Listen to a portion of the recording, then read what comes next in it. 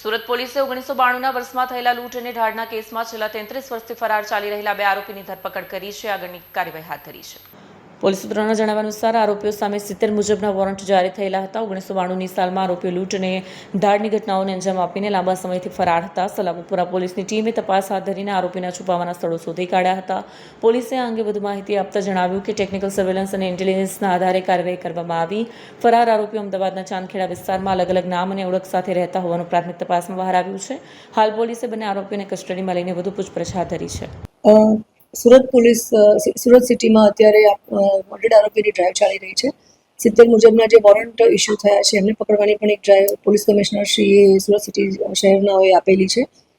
જે દરમિયાન એક્સરસાઇઝ કરતા સલાબતપુરા પોલીસ સ્ટેશનમાં જે 33 વર્ષથી 1992થી જે આરોપી ફરાર છે, જે લૂંટધાડનો આરોપી હતો, જેના વિરુદ્ધમાં 70 મુજબનું પણ વોરંટ નીકળેલું હતું. તામજી તરસનજી ઠાકોર, જેની ઉંમર 60 વર્ષ છે, જે ચાંદખેડા અમદાવાદ શહેર ખાતે રહે છે. એની ઉંમર સોર્સથી અમને ઇન્ફોર્મેશન મળતા અમે ઇમિડિયેટલી ટીમ રવાના કરી અમદાવાદ અને એને અટક કરેલ છે. નાની મોટી છૂટક મજૂરી કામ જ કરે છે. અને આ સિવાય બીજા 2 આરોપી છે જેના 70 મુજબના વોરંટ નીકળેલા હતા. જયંતિભાઈ ઈશ્વરભાઈ પટેલ, જેની ઉંમર 63 વર્ષ છે અને જે મૂળ મહેસાણાના રહેવાસી છે. દિનેશભાઈ ઈશ્વરભાઈ પટેલ, જેની ઉંમર 66 વર્ષ છે અને એ પણ મહેસાણાના રહેવાસી છે. આ લોકોને પણ 70 મુજબનું વોરંટ હતું અને એક્સરસાઇઝ કરતાં અમને લીડ મળી કે અત્યારે ડિંડોલી વિસ્તારમાં સુરત સિટીમાં જ રહે છે. બંનેને અત્યારે અમે અટક કર્યા છે અને પોલીસ સ્ટેશનમાં સલાબતપુરા પોલીસ સ્ટેશનમાં 3 જણને અત્યારે અટક કરેલા છે. આ 3 જણા લૂંટધાડના ગુનામાં જ આટલા વખતથી વોન્ટેડ હતા.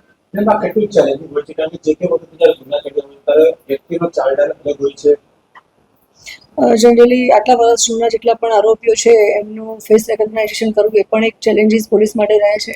ઘણી વખત એડ્રેસ પણ બદલાઈ જતા હોય છે.